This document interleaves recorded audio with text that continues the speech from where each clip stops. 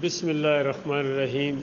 میرے پیارے بھائی، آپ نے بہت ہی پیاری پوسٹ بھیجی ہے۔ یہ ایک حدیث ہے اور بہت ہی زیادہ علمی حدیث ہے۔ یہ نبی علیہ السلام کی تعلیم کا ایک انداز تھا، اور یہ تعلیم کا انداز نبی علیہ السلام کو اللہ تعالیٰ نے سکھایا تھا، معلم بنا کے بھیجا۔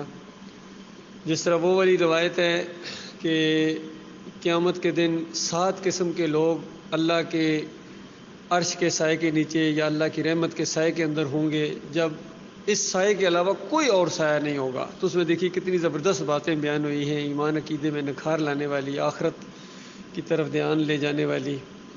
اس روایت کے اندر 7 چیزوں کا ذکر ہے، ذرا دوسرے انداز سے فرمایا نبی علیہ السلام نے، اور یہ روایت ہے ابو ہریرہ رضی اللہ تعالیٰ عنہ سے کہ نبی صلی اللہ علیہ وآلہ وسلم نے ارشاد فرمایا، 7 ہلاک کرنے والی باتوں سے دور رہو۔ یعنی وہاں 7 باتیں اپنانے کے لیے کہا گیا، یہاں 7 باتوں سے دور رہنے کے لیے کہا گیا کہ 7 باتوں سے دور رہو، یہ ہلاک کرنے والی ہیں۔ لوگوں نے پوچھا یا رسول اللہ وہ کون سی باتیں ہیں؟ فرمایا اللہ کے ساتھ شرک کرنا۔ نمبر 1 اللہ کے ساتھ شرک کرنا۔ دیکھو کتنا زور ہے، نبی علیہ السلام کا فہم و فراست دیکھیں اور اللہ کا حکم دیکھیں، کس چیز سے اللہ تعالیٰ نے روکا ہے۔ کتنا خیر خواہ ہے اللہ تعالیٰ ہمارا، جس نے اپنے نبی کے ذریعے یعنی اس تعلیم کا انتظام کیا اور یہ باتیں پھر مالک نے ہم تک پہنچائیں۔ فرمایا اللہ کے ساتھ شرک کرنا۔ نمبر 2 جادو کرنا، یہ سحر کرنا۔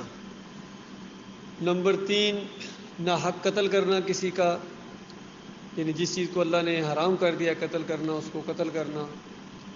اور چوتھی چیز سود کھانا، اوئے ہوئے کتنا بڑا گناہ ہے۔ نمبر 5 یتیم کا مال کھانا۔ اور نمبر 6 جہاد سے فرار ہونا، یعنی بھاگنا۔ اور نمبر 7 ایک روایت کے اندر نبی علیہ السلام نے بہت زور دیا اس کے اوپر، نمبر 7 والی پر زور دیا کہ دیکھو پاک دامن بولی والی مومنہ خواتین کے اوپر تہمت لگانا۔ یہ 7 ہلاک کرنے والے گناہ ہیں۔ اور بہت افسوس کے ساتھ میں یہ کہہ رہا ہوں کہ جس بندے نے یہ پوسٹ مجھے بھیجی ہے، میں ابھی نام لینا مناسب نہیں سمجھ رہا ہوں، وہ سمجھ جائیں گے بھائی میرے، یہ محمد حنیف صاحب کی جماعت سے تعلق رکھتے ہیں، کیونکہ اس پوسٹ کے نیچے www.therealislam.net یہ وہی چینل ہے جو سہیل خان چلا رہے ہیں، اور لوگوں کو کہہ رہے ہیں کہ اور حدیث سنا رہے ہیں کہ نبی علیہ السلام نے فرمایا ان 7 چیزوں سے دور رہنا ہلاک کرنے والے ہیں۔ نمبر 1 شرک۔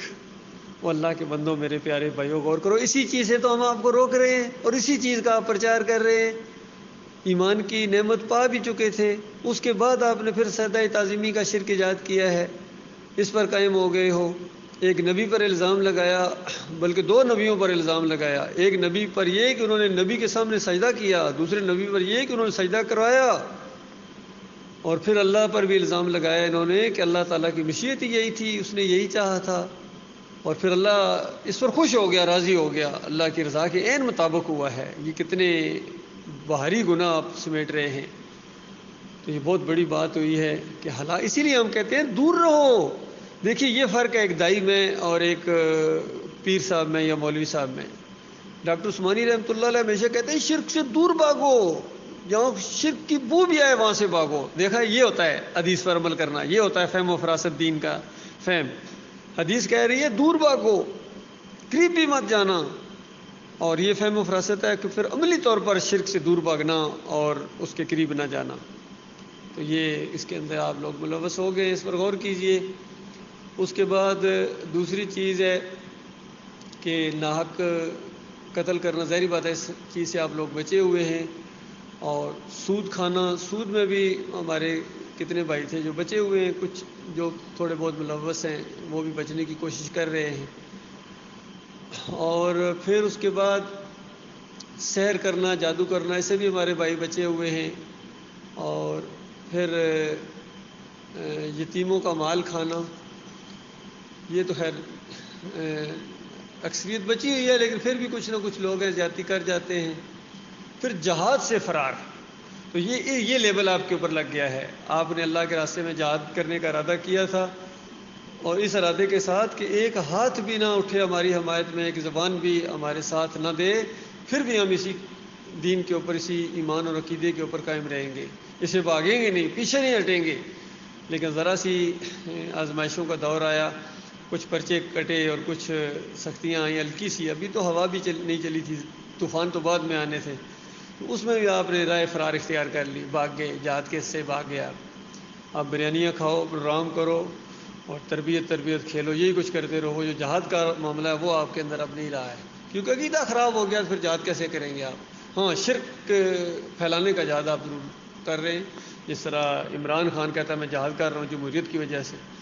تو جو شرک کے ساتھ جہاد کرے گا یا شرک پھیلانے کا جہاد کرے گا، کیونکہ اب تو سب آپ کی یہی دعوت ہے، ہر جگہ یہی دعوت ہے آپ کی، یعنی قاری خلیل الرحمان صاحب جہاں بھی جاتے ہیں کہتے ہیں یوسف علیہ السلام کو سجدہ ہوا، منور سلطان یہی کہتے ہیں، محمد حنیف یہی کہتے ہیں، سہیل خان یہی کہتے ہیں، اس کے بعد طارق القادری بھی یہی کہتا ہے، طارق جمیل بھی یہی کہتا ہے، ابن کثیر بھی اسی سجدے کا قائل تھا، ڈاکٹر اسرار بھی، اور جو علی انجینئر ہے وہ بھی اس کا استاد جو مولوی اسحاق ہے وہ بھی، یہ سارے اس کشتی میں آپ مسافر ہو گئے، آپ جو شرک والی کشتی تھی اس نے ڈوبنا ہی ڈوبنا ہے، اس نے غرق ہونا ہی ہونا ہے۔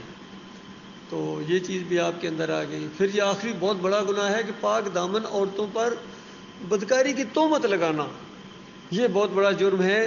تو بدکاری سے بڑا جرم ہے شرک۔ کتنی مومنہ خواتین ہیں ہماری، ان کے اوپر آپ نے یہ الزام لگایا کہ یہ اب شرک کرتی ہیں، اور کتنی تکلیفیں دی ہیں کہ جب تک یوسف علیہ السلام کو سجدہ نہیں مانو گے۔